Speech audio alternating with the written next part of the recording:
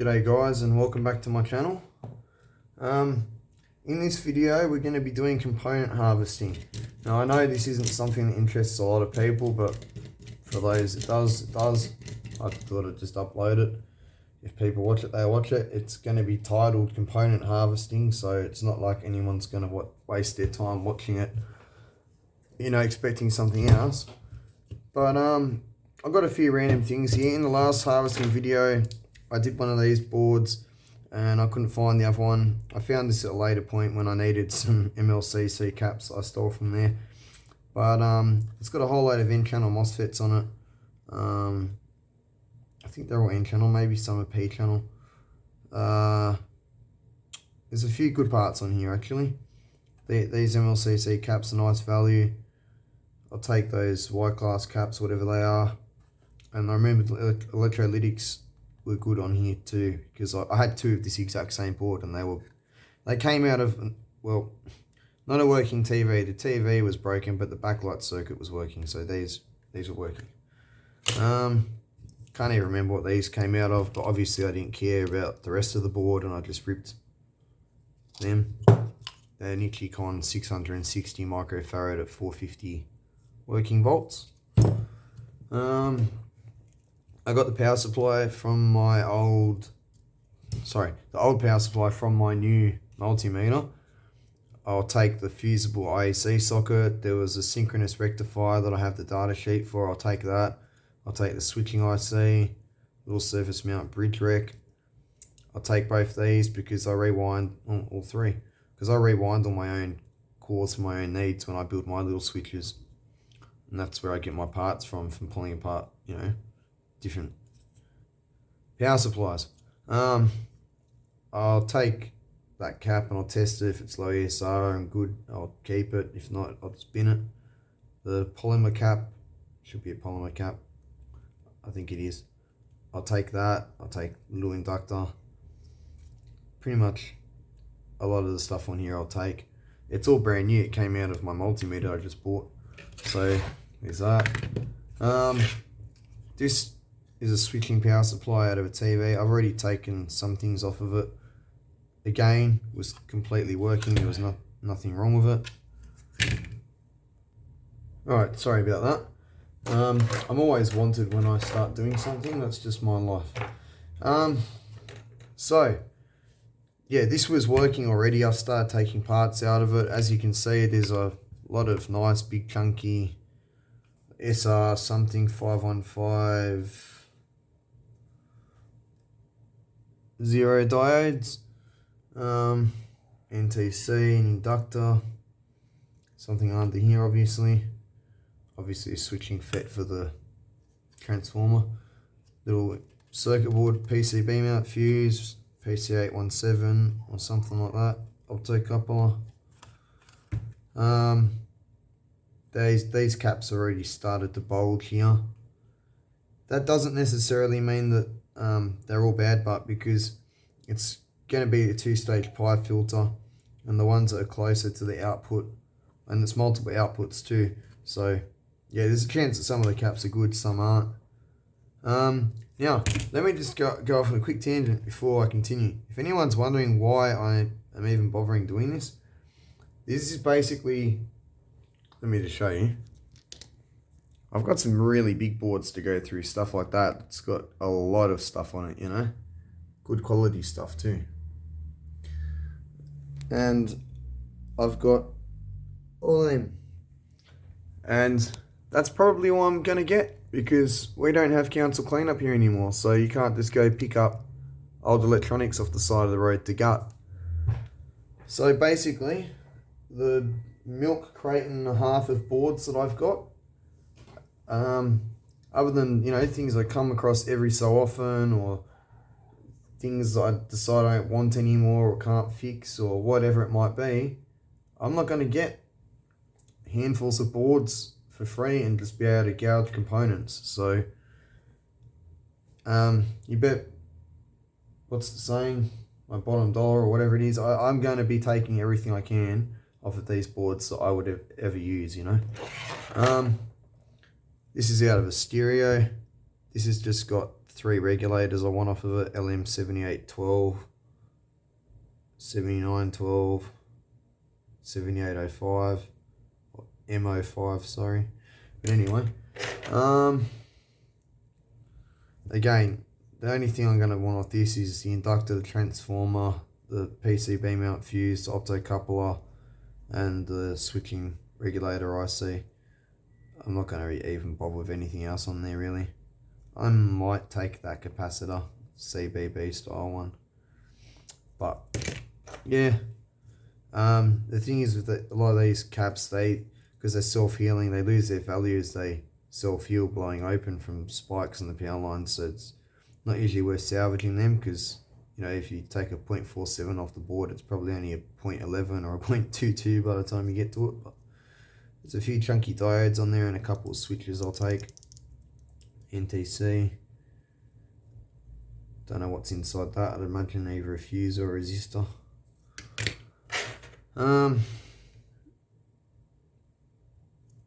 2 headphone jacks.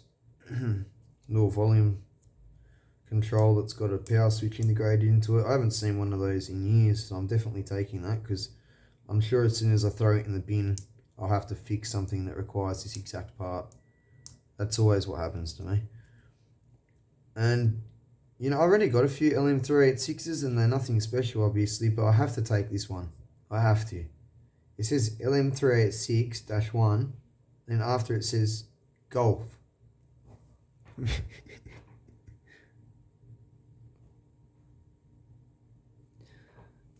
You can't beat that. Right, I knew there was one more board. It was underneath that big switch mode board. This, I literally probably just want the D882 transistor off of it. That's it. I might take the transformer. There's not a whole lot here. I thought I'd start on the little easy bits first, and then after that we'll move on to the big boards. I'll just do all the little stuff in this video, you know. Don't forget, whilst to you guys it's like, okay, well, what, half an hour of taking components off boards? That's not much. Don't forget, I still got to also test some of them. So, you know, things like capacitors and stuff, or anything that came off a board that I didn't know was working 100%. You know, I'm going to have to test stuff. And then I've also got to organize it too. So that takes time. So, yeah. I'm just going to go grab my coffee. I'll be back. All right. So let the component harvesting begin. Let's start off with these 2 big capacitors.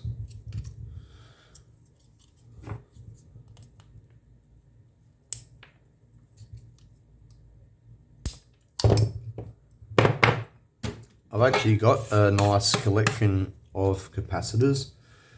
I'll have to take you guys over there and show you what I'm talking about, because I've got a good collection. And I'm not just talking about stuff that you use for like bulk on lower voltage rails, like amplifier rails, you know, say plus minus 80, you know, 80 to 100 volts, 63 volt to 100 volt caps, stuff like that. Might need to get some more heat on here.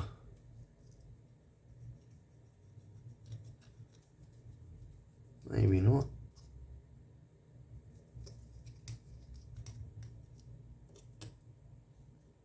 Yeah, I'm just going to turn my iron up a bit.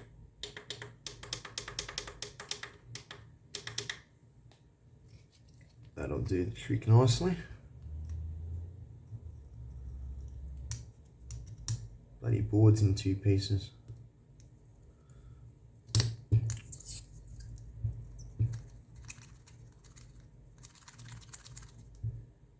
Come on.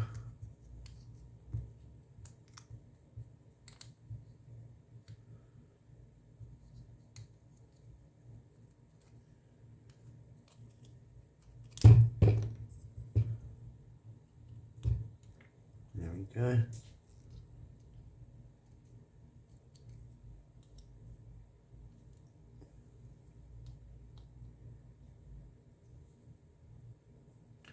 Cool.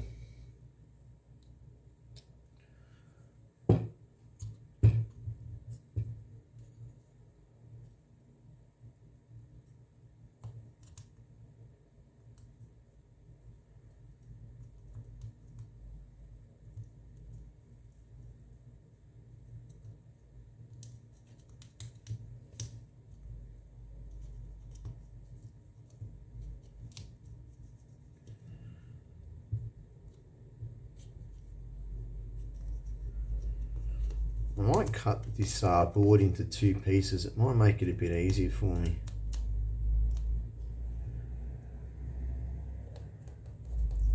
Well, I might be able to get it. Yeah, I got it. Ah, there's more glue. I felt like I was fighting against something else the whole time. I was.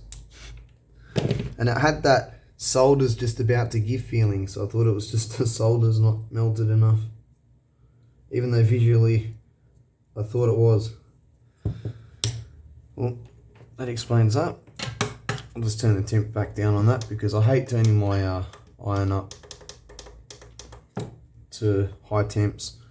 Obviously because it shortens the life of the element, and then I've got to replace the element all the time. Alright, so we've got 2 big caps. Might start on this board next. Oh, that IEC socket could be fun to get off.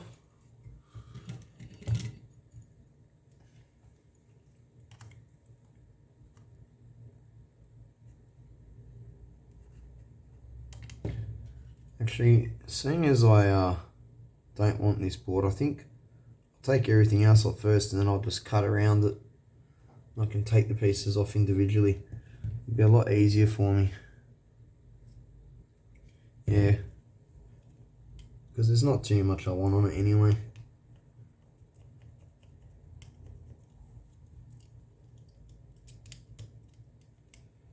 Synchronous rectifier.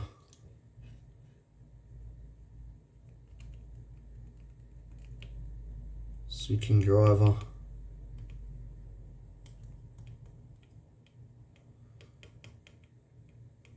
I need to clean my soldering iron tip in a minute.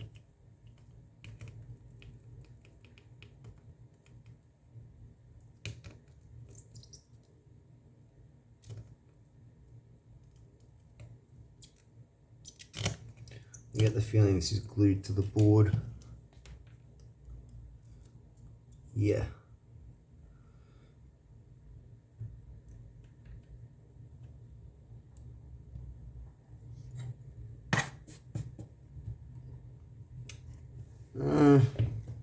I've got a few of them, but I might as well take it.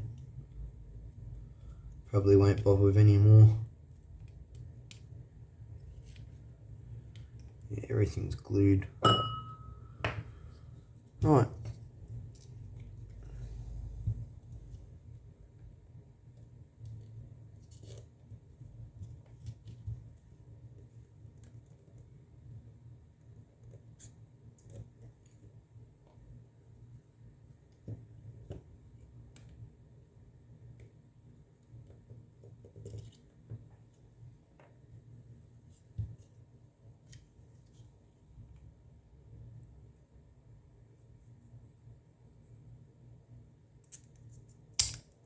Oops.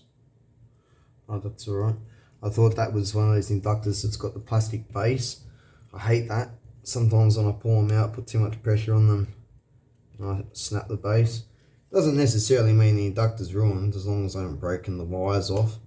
And even then, if you really, really need to rescue it, you can always fix it, or rewind it or whatever, but it all depends on how much time you have to.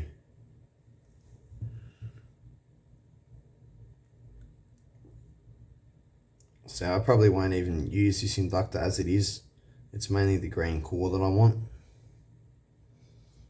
That's the main reason I harvest these transformers. I've never to date used one as it was.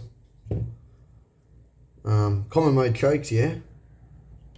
Sometimes I've rewound them and added a bit more inductance to them. But usually, you know, like just from harvesting a lot of different common mode chokes, I've got a nice selection anyway, so it's usually good enough.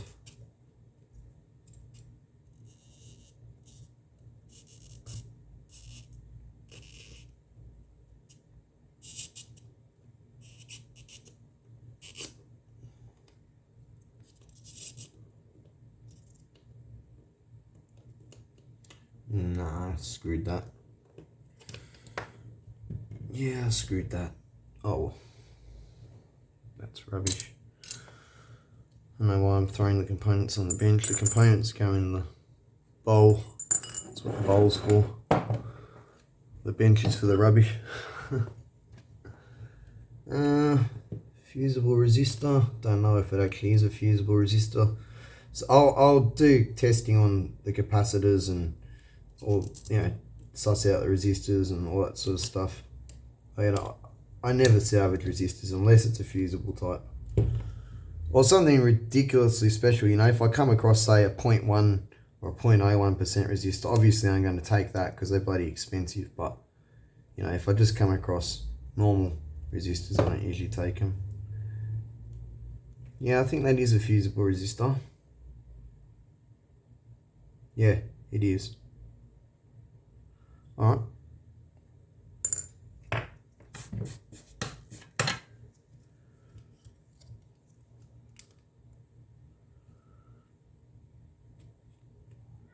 Wait, is that a PTC or Arista? Or... yeah. Alright, we'll take that too. I basically just take the parts that I use, and if I spot something that's not a common part, you know, like switching controllers, because there's just so many of them, I will try to always take the switching controllers, for example.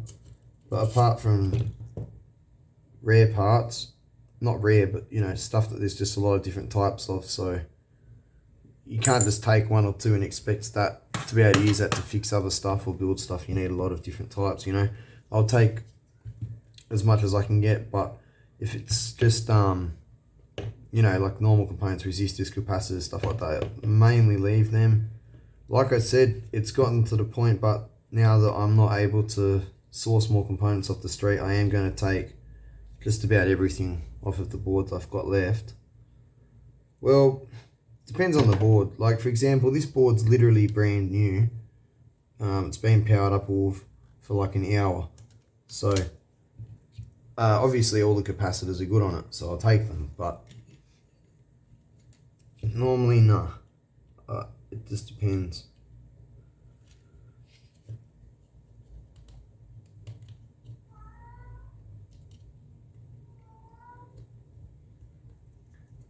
The only time buggered that too. The only time I usually bother taking caps off of boards, I'll give you an example, is if they're good bulk caps, like those things, or, you know, sometimes I'll be stripping a stereo board that's got a whole load of, you know, it might have literally 50 0.22s in it, or 1 mics or something like that, you know. If they're all good, I'll take them all because it's a bulk score of a value, if that makes sense. But yeah, I got my own reasoning.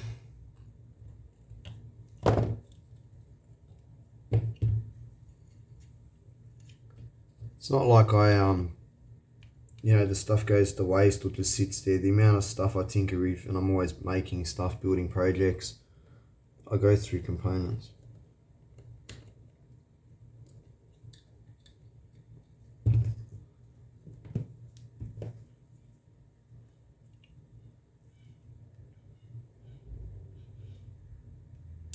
And you might say, well, what am I going to do with all these capacitors that only have legs long enough to fit through boards? Well, that's the thing. You know, I'll breadboard stuff that I'm designing with capacitors that I've got that have got long legs on them, you know. And then when I go and make up the board, I use caps that have got shorter legs on them, for example. Either ones that I've already cut shorter, or, you know, ones that I pulled off boards.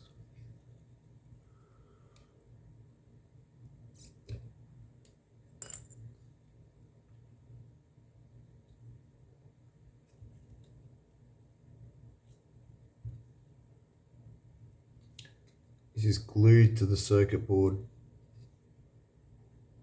Honestly, I might just leave that. I've got so many little transformers. I'm actually after more of the bigger sized ones now, sort of like these sized ones. Same with inductors and common mode chokes. I'm after the bigger cores. I've got a few smaller ones. I actually need to get some bigger ones, so I think I'll just be content with that for now. I'm just going to get some big cutters so I can cut around this IEC socket, and then I don't have to try and heat it all up at once with hot air and a huge blob of solder, which is the other option.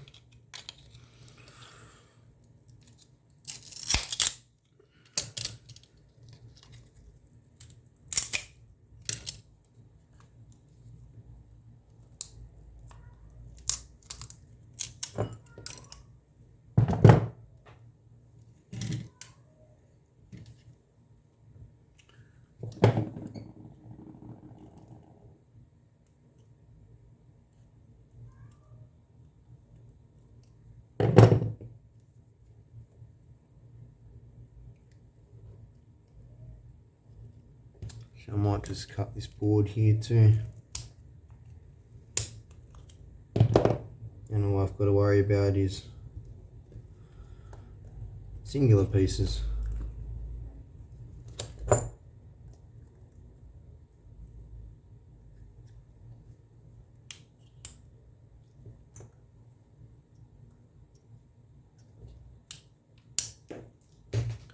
Well, it landed somewhere in here.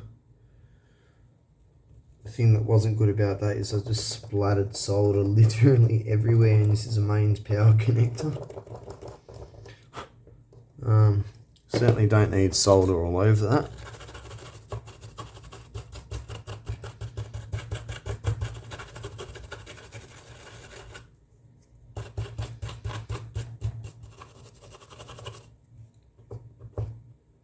That would just be inviting carbon tracking.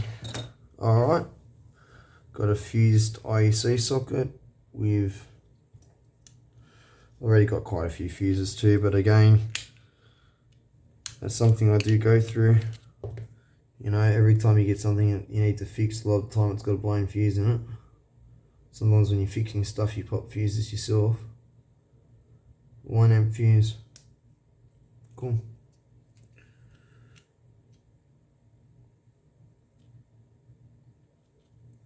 Oh. Wait, what? What have I done? Oh, I see, it goes that way. That makes more sense. Right.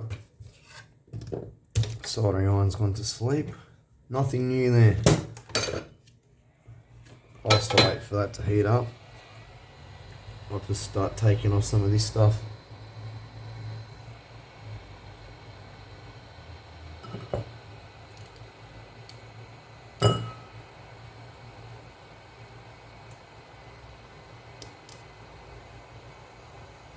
Should have warmed up my board heater for this.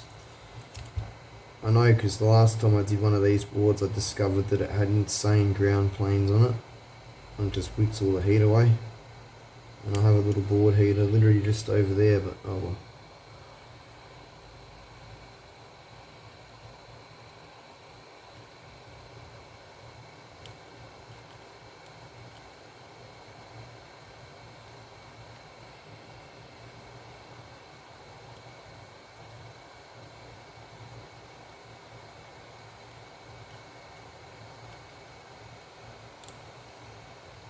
So it takes a little while to get the board up to temperature, but once it's up, it's up.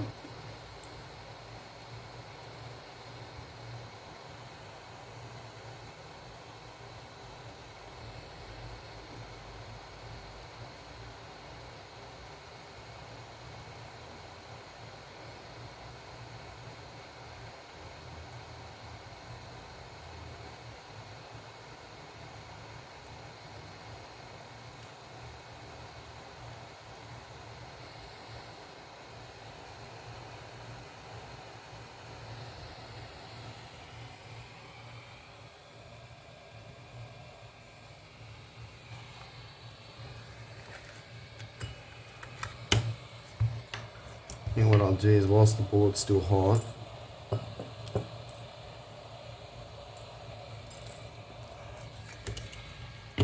I'll start lifting up these transformers.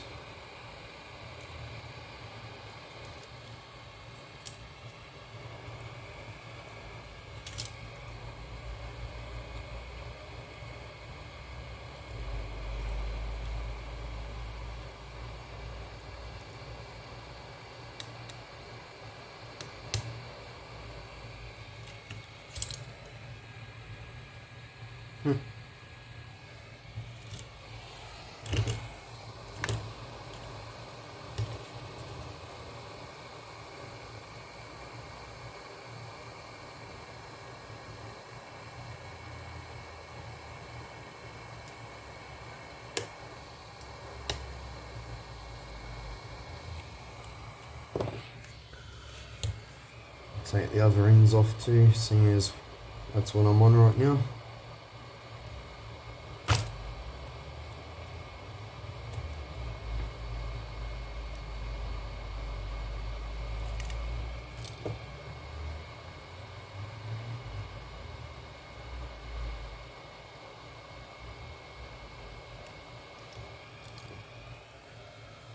Alright.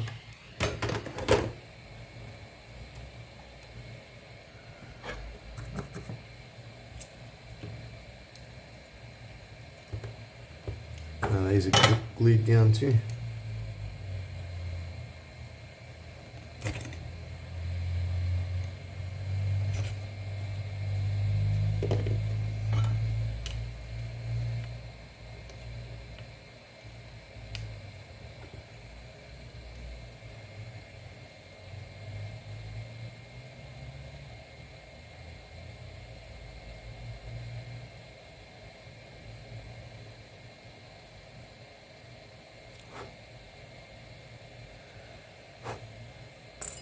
Yeah, the amount of projects I've got coming up to build, I tell you, there's not going to be any question over me wanting to salvage components, because I'm going to be going through a lot of them soon. Those of you that build stuff, you know how quickly they go.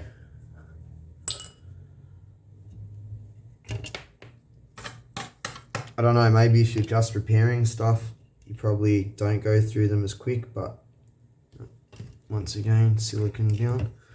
But yeah, if you're repairing stuff and building stuff, the building takes a lot of stuff.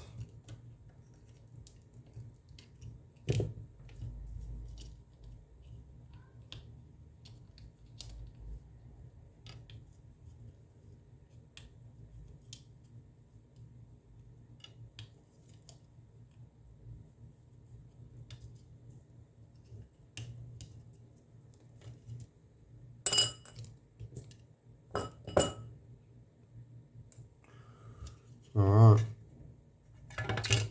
Oh, I left the little surface mount fuse on there, damn it. That's a 6.3 amp fuse. 125 volt, 6.3 amp. Definitely want that.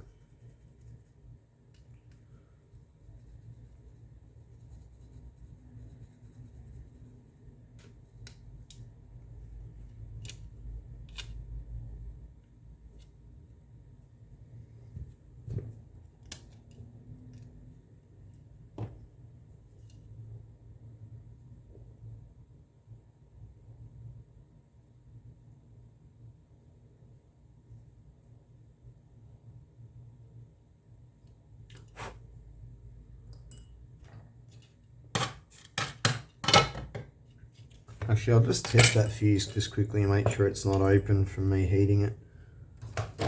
Just in case it's soldered inside or it's got some sort of thermal breaking wire. Well, it would help if I'm not on amps, jacking in. I do that too often. No, that's still good, cool. Alright. Getting there. Got some LM series regulators here.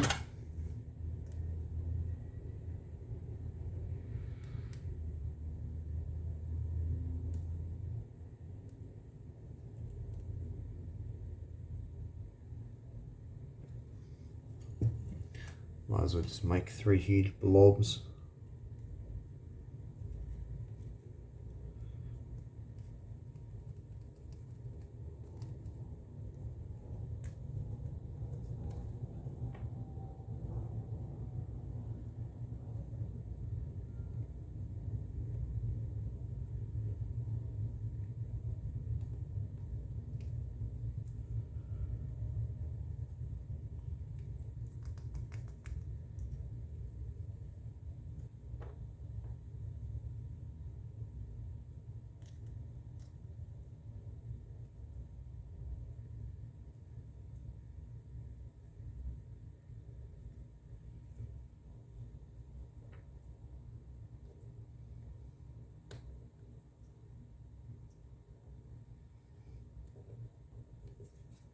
Now, it's always the last one of everything that's annoying, isn't it? It's the last screw, the last bolt, the last transistor, the last regulator.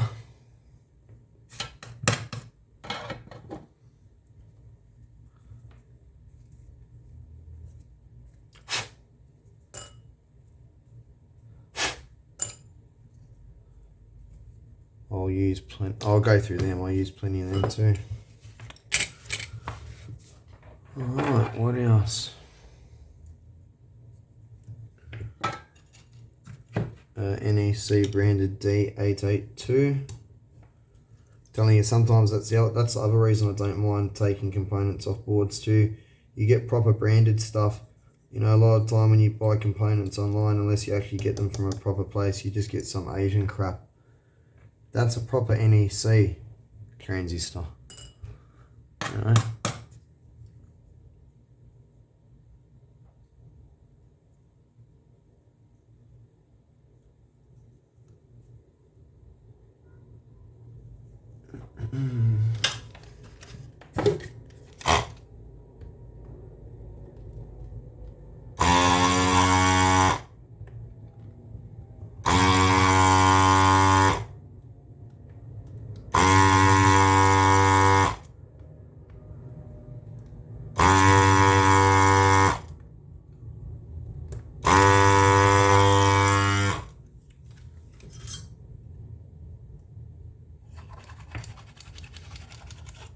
Thought that was getting blocked. No, it's getting full. Cool. Some sort of high voltage transformer that's potted.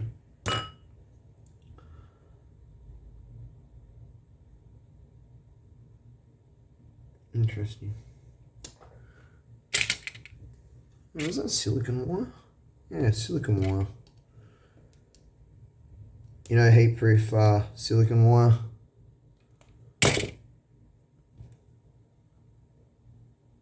You can't burn it. That I actually will use. Oh, there's another little bit here.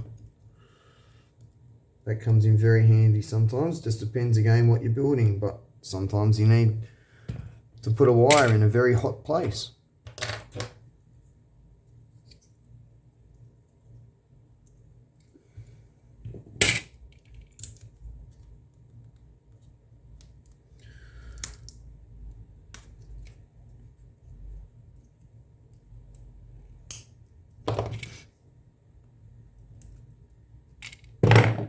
I'll take this and measure it because it's got fairly long legs on it, but soldering iron's gone to sleep. Nothing new there. But yeah, like I said before, that's a 0.47. We'll see what it comes up as. But like I said, a lot of the time, due to the self-healing nature of these things and spikes and stuff on the power line, also moisture getting inside, that does it too. But I believe it's mainly from spikes with these newer style ones than moisture ingression. They lose their capacity. Better than failing short, you know, that's why we use them in these applications, but still, if you're harvesting them, a lot of the ones you'll harvest won't be any good.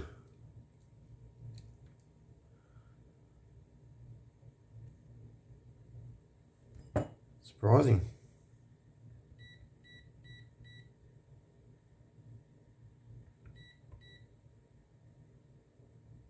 Yeah, this is actually good. I'll keep this one. But like I said, don't bet your luck on salvaging these, because a lot of the times you'll get them from boards and they won't be any good. And that can really ruin your day if you don't, you know, have a proper meter to test them or whatever, and you go harvest a whole crap ton of them. You put them in your drawer and then you go build something and you can't work out why it's not working correct, and it's all because you've got capacitors that are fucked. You know? So, I'm not saying don't harvest them, I'm just saying check them out if you do harvest them. If you don't have the appropriate equipment to test them, at least put them in a suspicious drawer, you know. where you put stuff that you're not sure on until you can eventually test it somehow.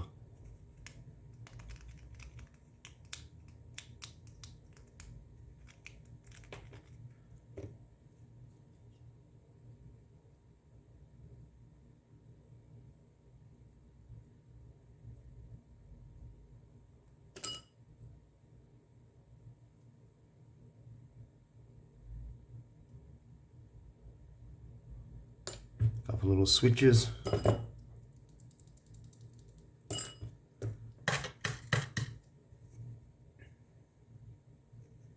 Six A10 diodes, I'll take them. NTC, I'll take that too. Lead-free solder.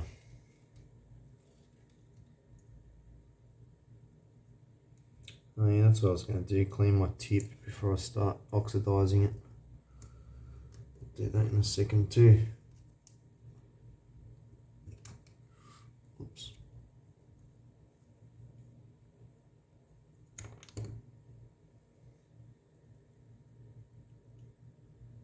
NTC.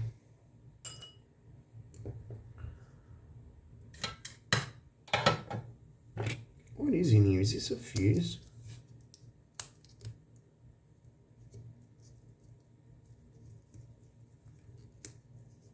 Yeah, it's just a fuse.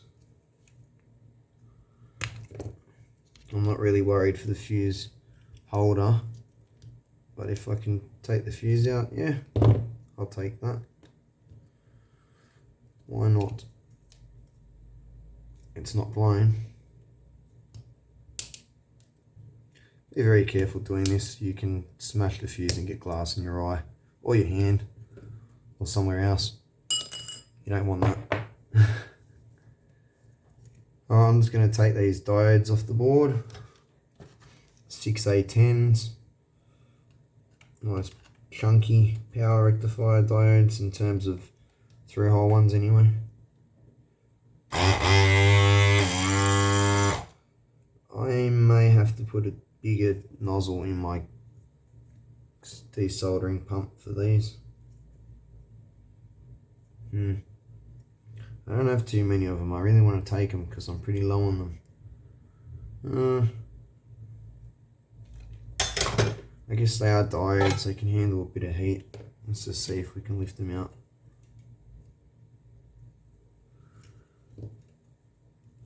Do the good old one leg at a time trick. Yeah, that works. I'll just do that. For those that are wondering, you can get diodes quite hot providing they're not don't have current flowing through them. They'll handle heat better than transistors is what I'm trying to say. I'm not trying to say that you should sit there and bake any of your electronics, but don't worry if you get a diode really hot for quite some time. It's probably going to be alright. Depending on the type of diode, but when it comes to power diodes and stuff like that, you'll be surprised what they can tolerate.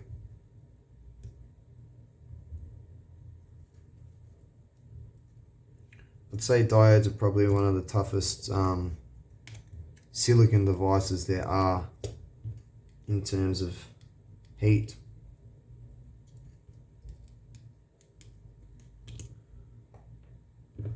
Or at least in my own experience anyway.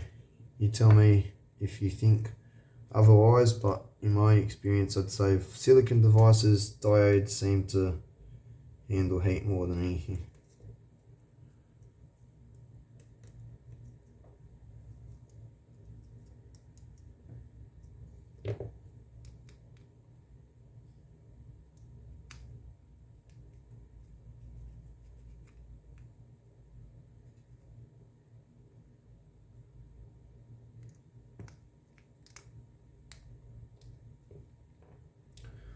Well, that wasn't so hard after all. They looked like they were going to be difficult, but they're actually not too difficult.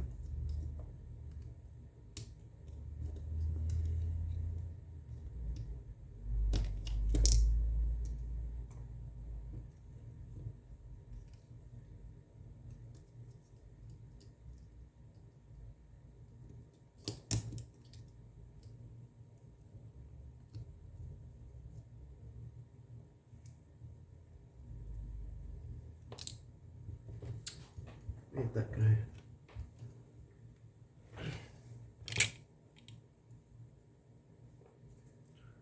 Right, 6A10s. Another one bites the dust. Those headphone jacks are actually corroded, so I'm not going to be taking them. Very cheap, shitty ones anyway. Obviously this is old too, so I don't really want anything off of it.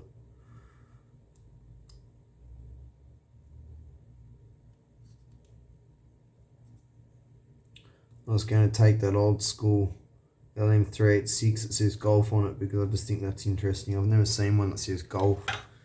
I shit you not, that's literally the only reason I'm taking it. I think that's hilarious. I've never seen it. It's obviously because, you know, all these little Asian companies that make them, one must have decided that they were going to call it golf, their company.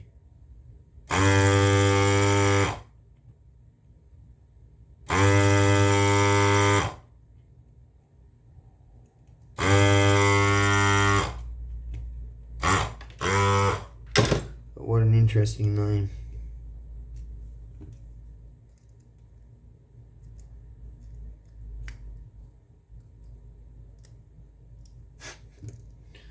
My Golf 386.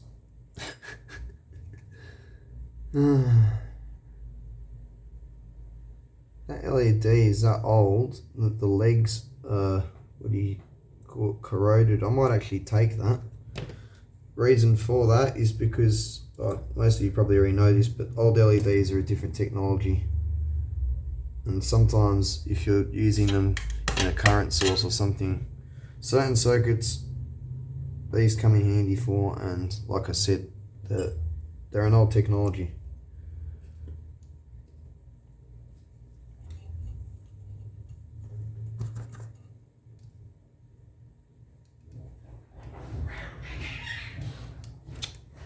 Bloody cats are fighting again. Oh, this is actually joined into the board on one side. What?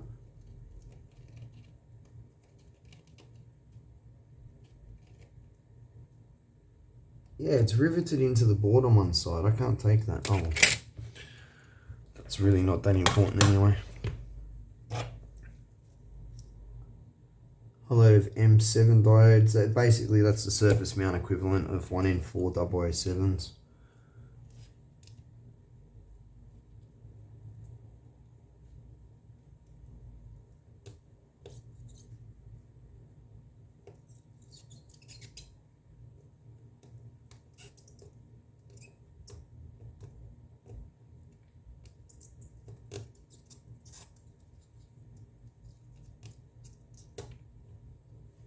Ah, they're glued down.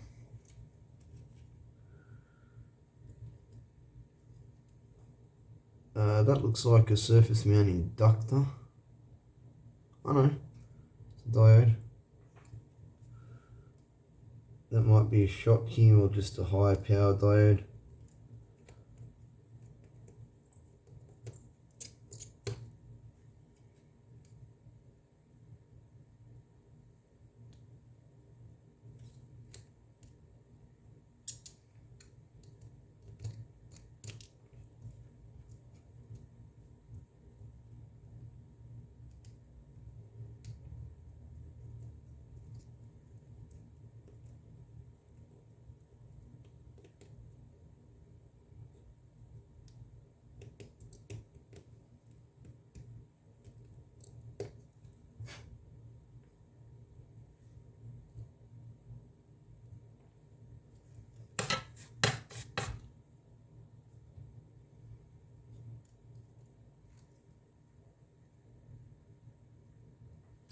Bloody soldering on. I really got to order that cable. I keep forgetting. Every time I order stuff, I mean to order the 6-core silicon cable for this iron, and I forget to do it every bloody time. Try and remember to do it tomorrow. It was like when I went to LCSC to order these KT, oh, I can't remember what they are. Something 16 ETA. The transistors for that amplifier that I'm working on, I actually ordered them. I decided I'll fix it. And then I realized after ordering them, I was like, man, there's a whole lot of other stuff that I had to get that LCSC probably had on there.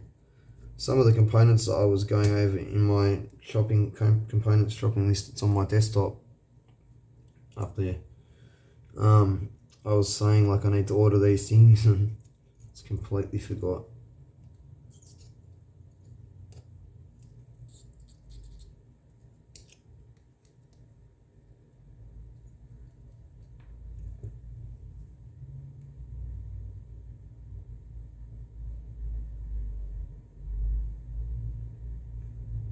It is an 817.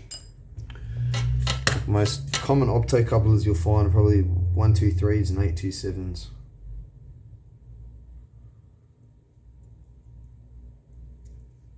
I like it when you score something good like a 0-point crossing one, or one that's got the base pin pulled out. High speed ones. There's all sorts of different optocouplers. Bilateral, I think. I forget the term.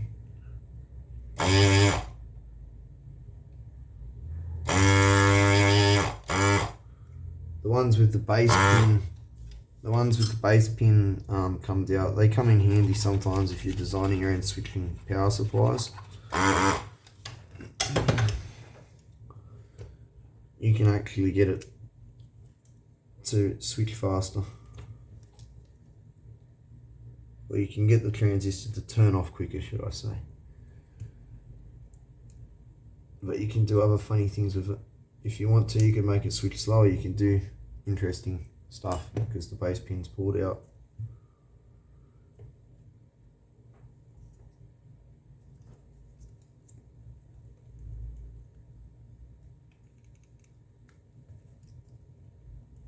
Oh, nice. That just came off around this inductor perfectly.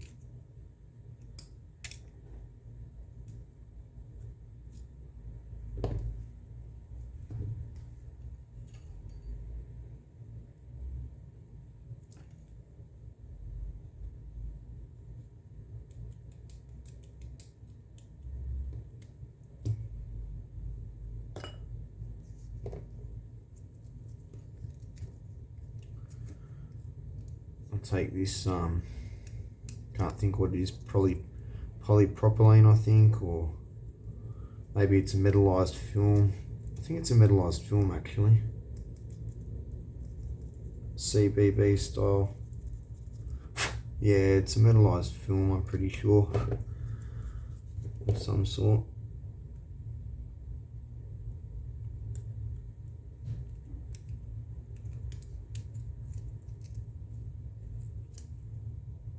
Good capacitors.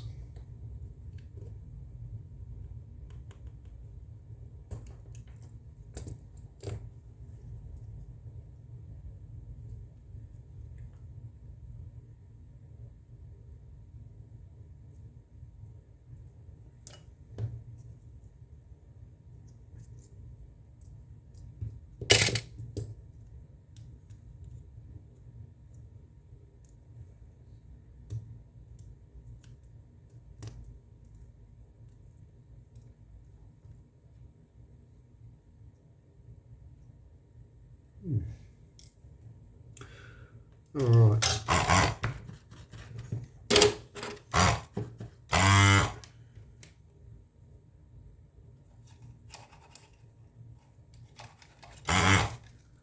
Oh, that beat me.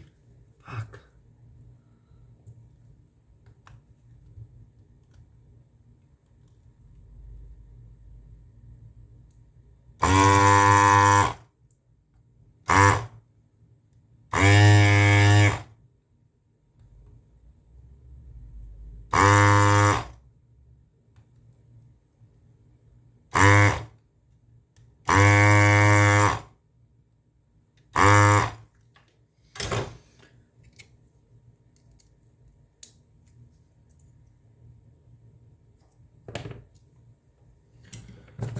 this solder's not very nice for the desoldering gun, so I'm just going to flow some leaded solder onto it.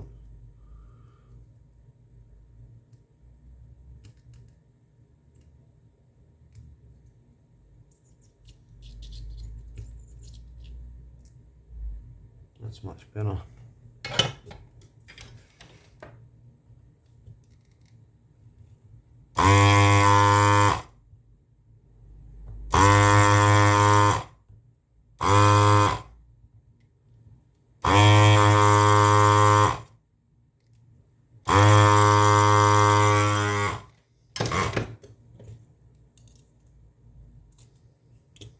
Perfect. I'll take that switching controller too. Fuck, I really did burn my finger.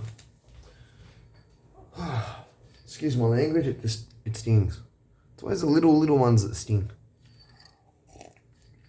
It's like cuts, eh? I remember how many times I've cut myself with a bit of glass. Huge ass cut. And I'm walking around still working the garden or on the construction site I'm on or whatever I'm doing. And then I start scratching my leg or my arm because it feels itchy. And then all of a sudden as I'm scratching away, I realise that the tips of my fingers feel like they're getting stuck to something sticky. And I look at my hand and it's covered in blood and I'm like, the hell? I look down, I realise I've cut like half my leg open with a piece of glass. You know, and it itched. Yeah, you get this little itty witty bitty cut and it will kill. And no, I do understand completely why that is, because when you get the deep, clean cut, you sever the nerves in a clean fashion and sever more of them too.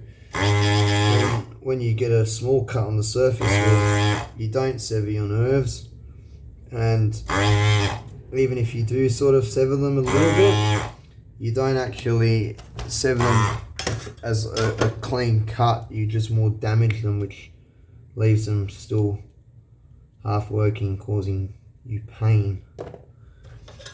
So it makes sense why it happens, but it's just, yeah, it's funny.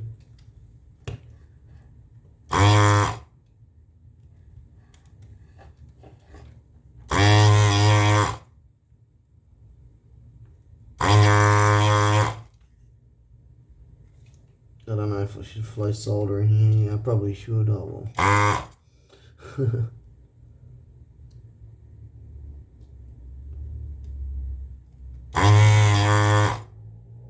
I'll get it.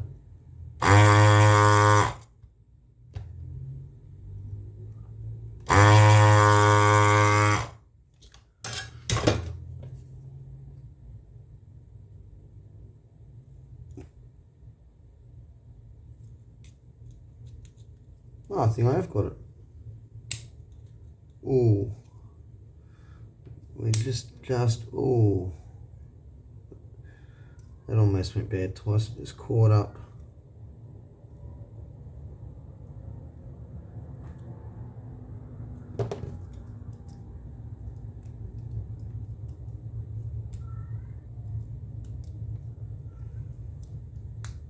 There we go. Another switch mode IC to the collection. You can never have too many of these things, I'm telling you. It's great when I want to build a power supply. I just turn around, go through my drawers, got all these different switching controllers. You know, some of them are like this. It's the whole switching controllers. The switching device, like the MOSFET and the control and everything's in the IC.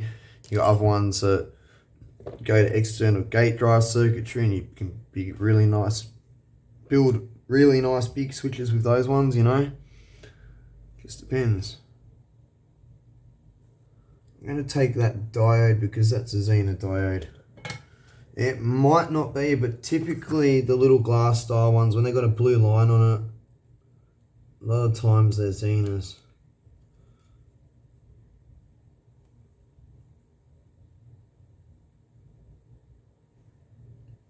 We can test that quickly.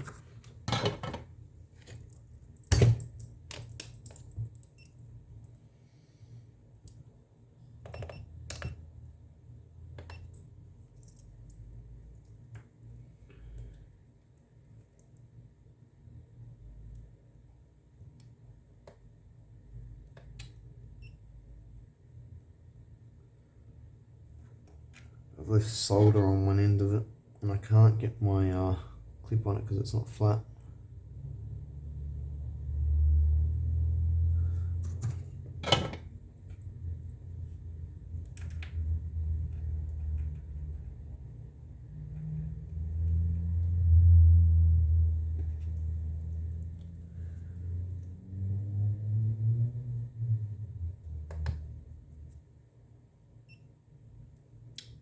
Anyway, I had to put it the wrong way, didn't I?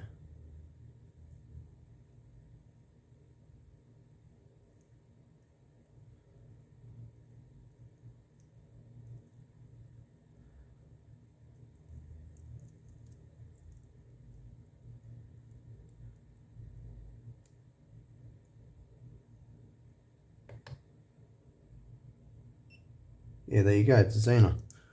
It's a 12 volt Xena, probably 12.6 or something like that. There we go.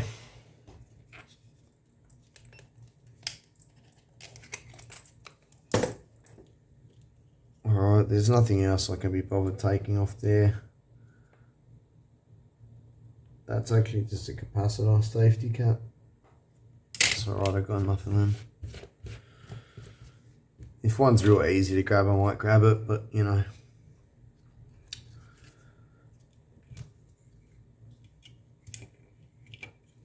Depending on if this comes off cleanly, I might not even bother with it.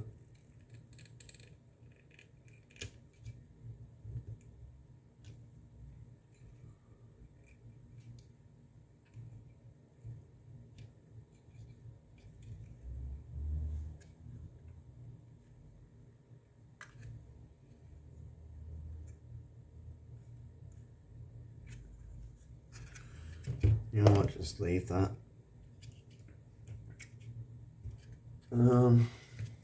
Grab some of these diodes.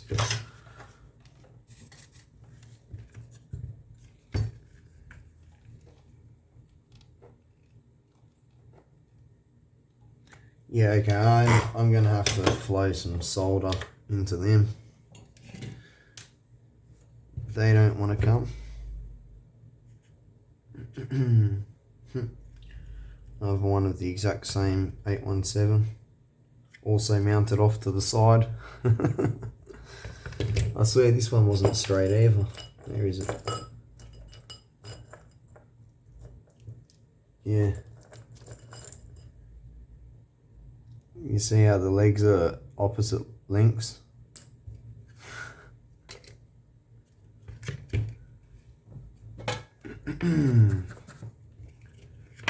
Mount your optos straight.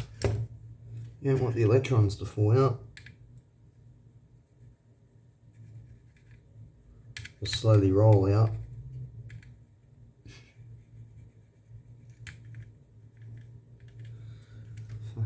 If we're going to be doing this, we might as well just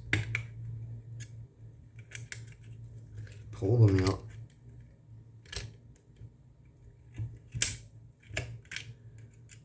Why waste more time, right?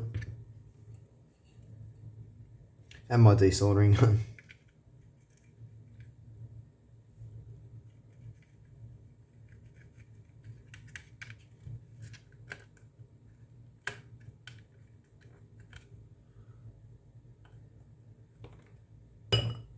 I might just turn the desoldering gun off because I don't think I'm going to use it now. I'm just going to take some diodes off this board and I'm going to call it quits for today. I've done enough circuit board scavenging for now. I've still got to sort and organise. So I say test and sort all my components. So I don't want to keep going too long and end up with an hour of sorting. Once I've got about a bulb's worth, I'm pretty happy. That's a decent length session of component harvesting for me.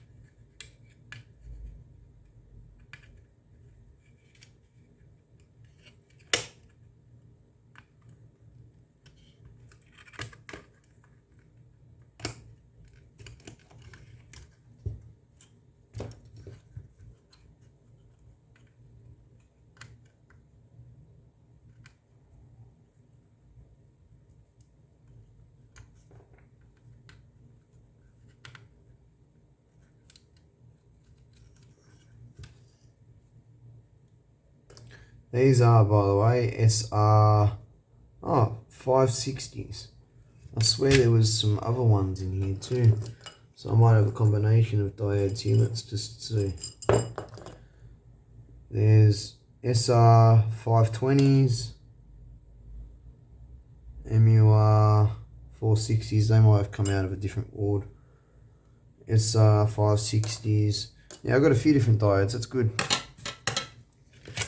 I'm not sure I actually had any of these anyway. And they've got decent sized legs still on them, so that's great. Definitely be able to use them. Any big power diodes, Schottky diodes, ultra fast switching diodes, they're very useful to me because, like I said, I build power supplies and switches and stuff like that from time to time.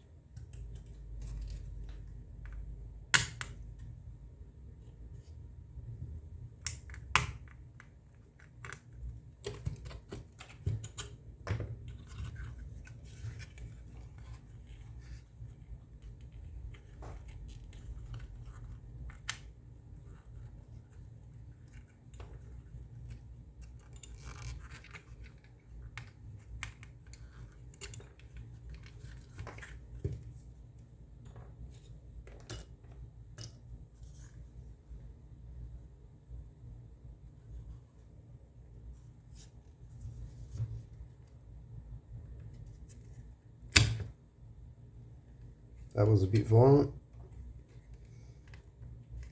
I can't really be bothered testing them, but the legs on them are actually that long. I could even use them in breadboards, so I think I will take them and test them. That's all I mean. I'm pretty fussy when it comes to salvaging electrodes. They've got to have, you know, long legs and test good, or come off a brand new board, or be something really expensive, like, you know, some really nice series of Nikons or something like that. And again, still being good nick. Electrolytics are like that one component that I have like the least faith in terms of salvage components.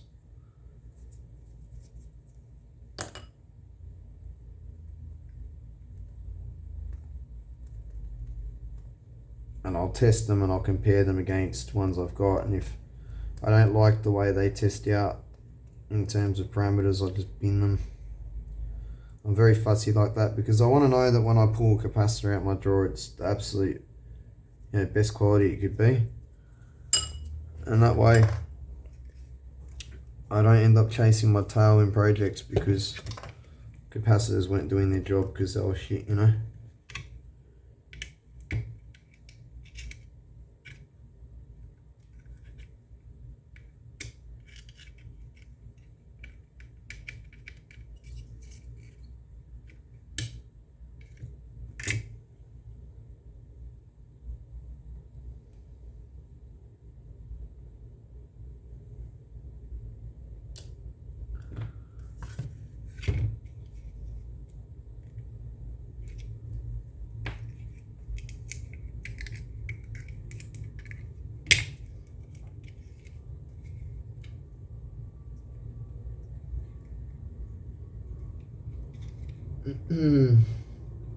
You can tell these caps were charged up to a high voltage.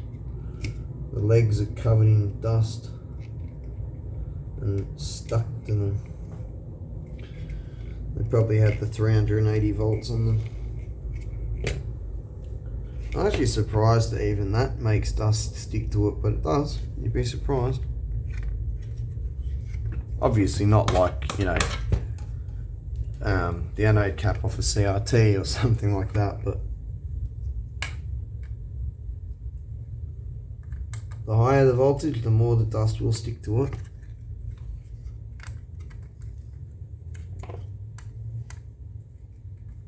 Which is kind of annoying because dust harbors moisture, and then all the acids and stuff in the moisture and in the dust then become active and start to corrode your components, like the legs and that.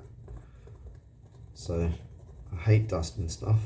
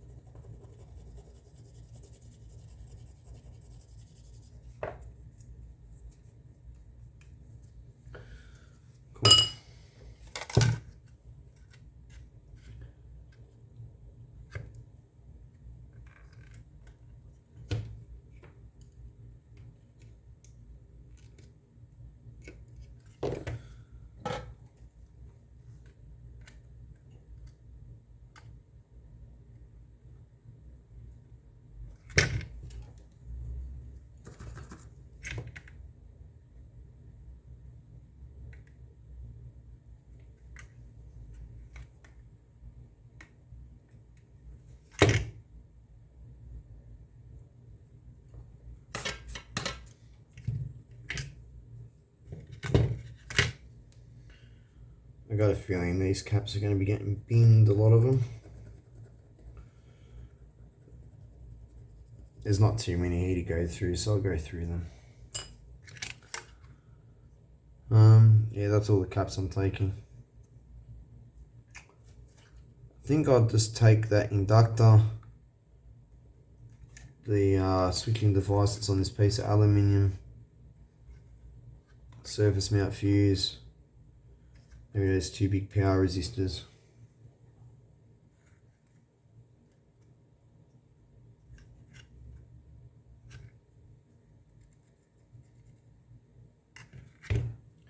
Can't see what diode that is, but I think that's a super fast one.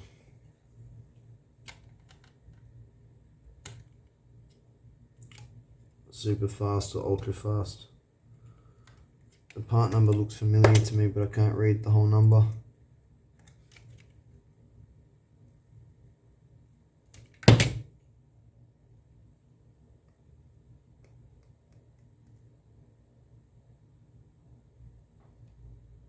Yeah, FR107. I'll take that. Alright. Ferrite bead.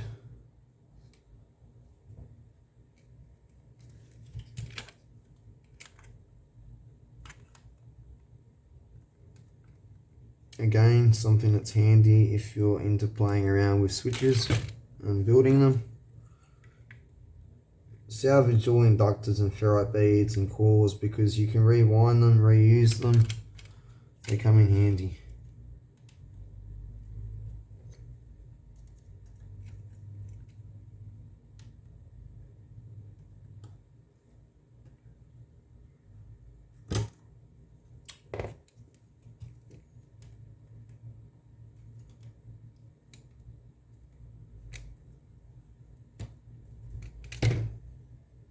Yeah, that's just one ferrite bead.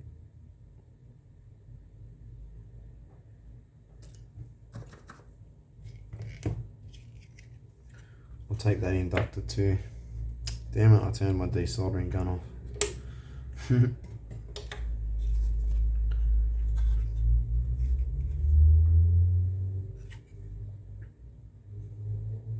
Now, I thought I saw a ferrite bead around something else too. Ah yes, the leg of this capacitor.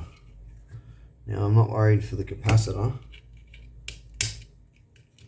but I will take the ferrite bead.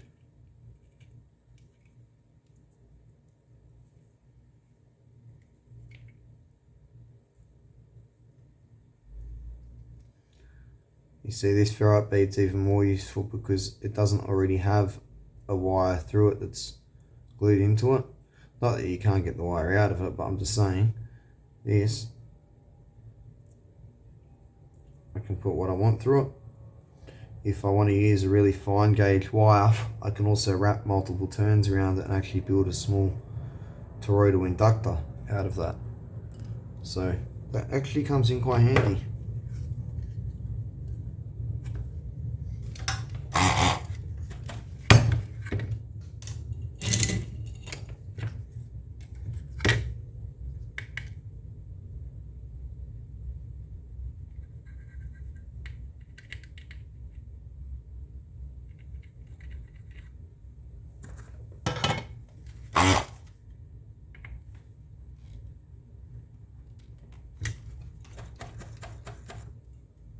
Oh, it's not even warmed up.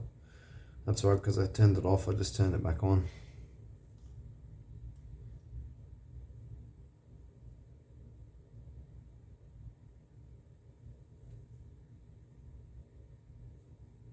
Actually is warmed up now anyway. Where I want it.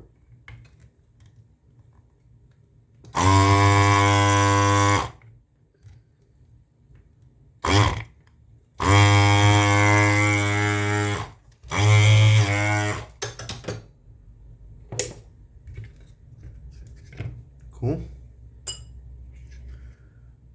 Might leave that on. I've still got a FET. Oh yeah, there's a couple more ferrite cores in there, some power resistors I want. Yeah, I'll definitely leave that on. What I'll do is, because this solder's really crap, I mean really crap, is I'm going to just pre-flow everything I want to take with leaded solder so I can actually get it out.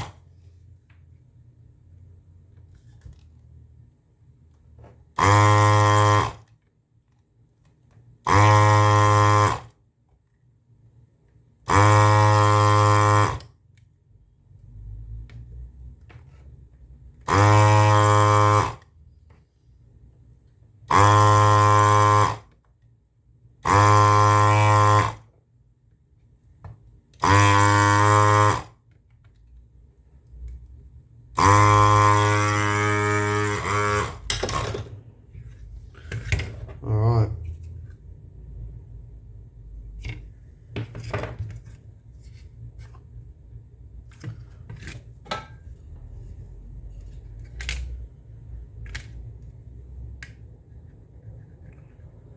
I'll keep this little piece of aluminium and its board standoffs too. I have a collection of heat sinks, but I don't have any of these up facing ones that we're starting to see on all these slimline switching power supply boards. Oh, that was a diode I took out of there. Oh well, it's an RL207. I'll take that anyway. I don't know why I just bent the legs on that. I was going to straighten them and I realised I should probably just leave them how they are. I was trying to get... Oh, it's two RL207s. Alright, well I'll take them. But I wanted the little inductor that we got up here in FR107. I'll take that too.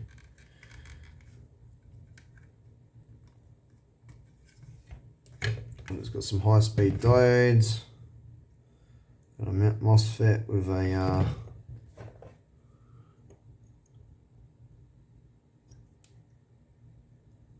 bead, ferrite bead around one of its legs, probably the source or drain pin.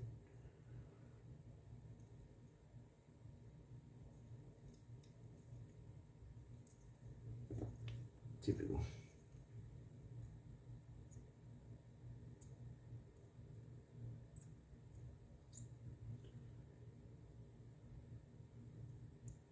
The ferrite bead was glued on there.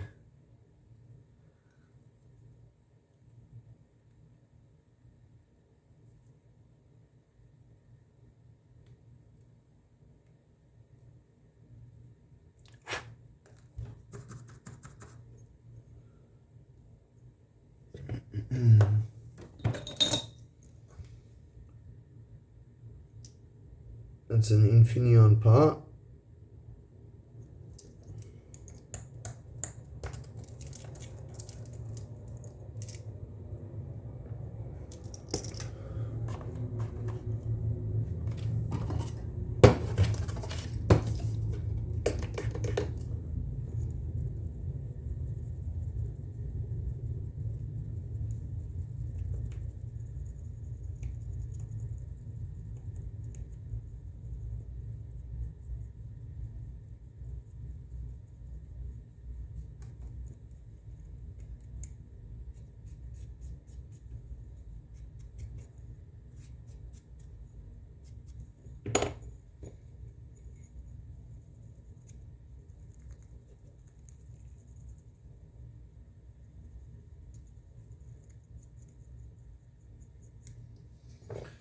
Cool.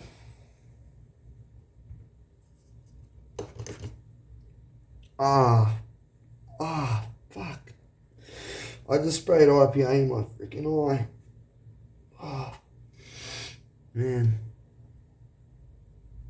That was not nice.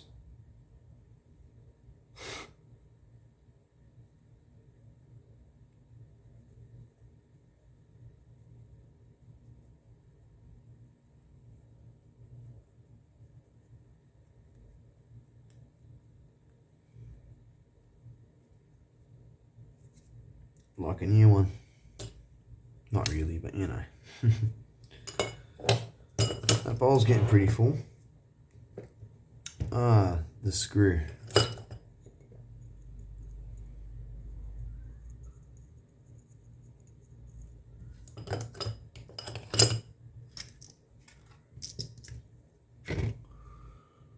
Alright, I want a ferrite bead to fuse that there. Actually, to be honest, that's a pretty decent sized. I was just going to rip it off for the core, but that's actually a decent sized common mode choke. Oh, there's an NTC here too. Oh, these are all RL. You know what? All those diodes are going to be fast diodes, eh? Because, wait, actually, I don't know why they use fast diodes there. That's just for the input. Oh, I'm not complaining. That's great. Great for me.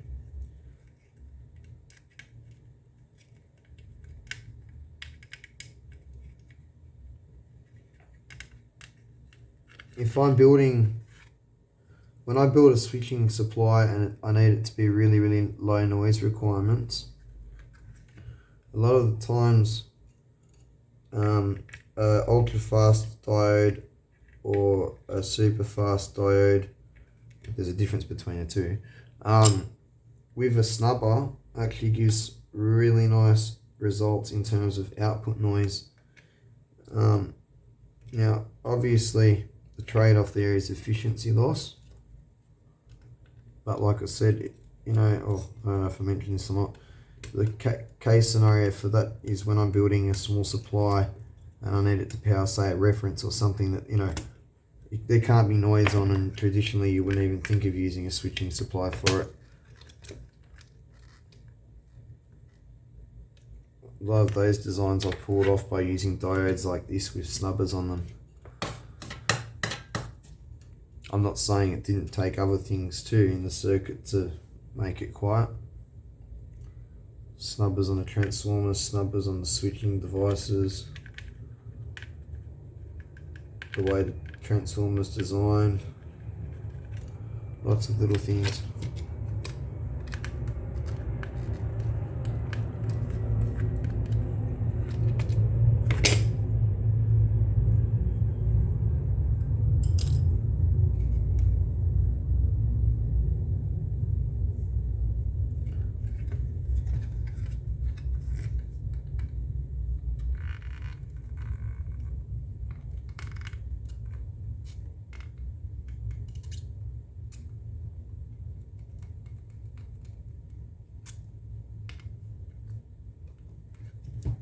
Why is that not coming out? Oh.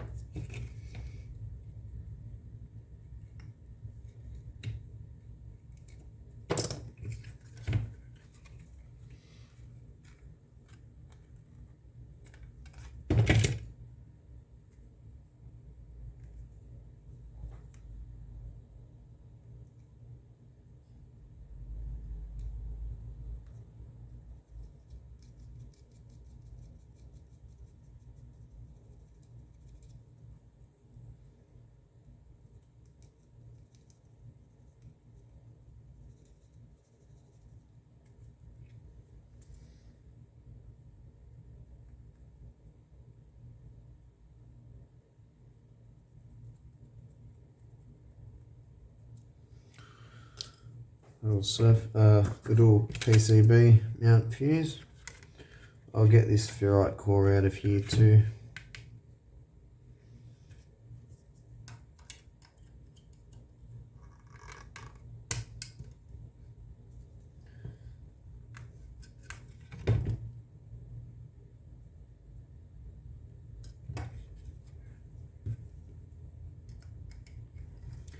And for those that are wondering about salvaging transformers to rewind them, how do you know what you got?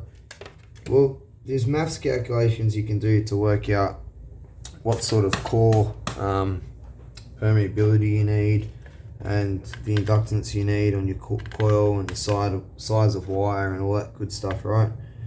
But the other thing is, if you don't know what the core material is, which you're not going to when you just pull them off boards, you can work that out.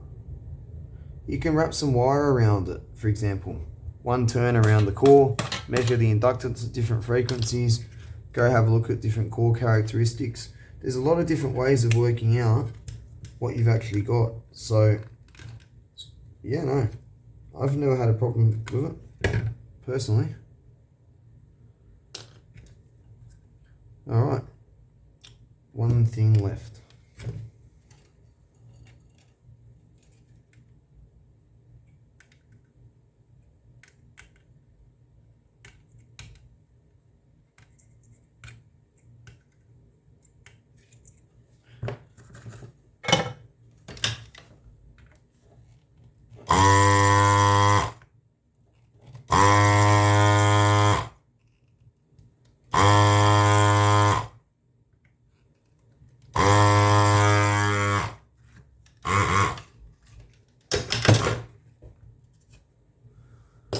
Alright, I'm done. Well, for tonight anyway. I'm certainly not going to do this huge ass board tonight. That's like almost just, for me, a single session. I don't find this that entertaining. I just do it because I get free parts, really. You know what? Ah, it's really buggy. Screw it. I've got enough. Alright, I'll just quickly pack up the table. I'll pause the video, I'll come back and we'll see what we got. Alright, like magic, all the rubbish is gone. 2 of them. Oh, you can't even see, sorry.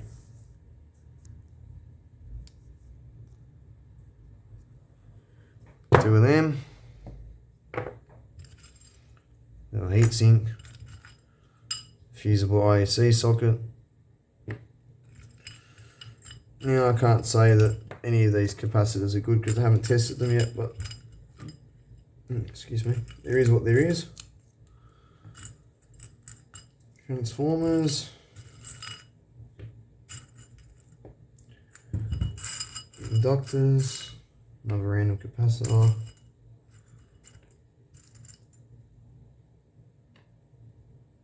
Oops. Regulator, MOSFET, regulator. Some switches. Another regulator.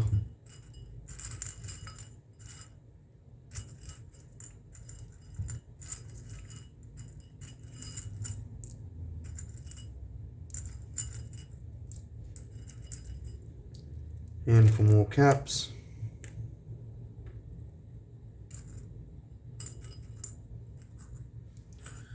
And then a whole load of just miscellaneous components, ranging from surface mount to through hole, and yeah. So that's a little haul. Alright, I now have to test capacitors and organise everything. So I'm going to do that now. And I don't know if I'm going to start on anything tonight. It's already starting to get late. I've got a bit of cleaning to do in the house, but I'll definitely organise this stuff, test it out, sort it. That's all probably for tonight, but thanks for watching, and I'll see everyone in the next one.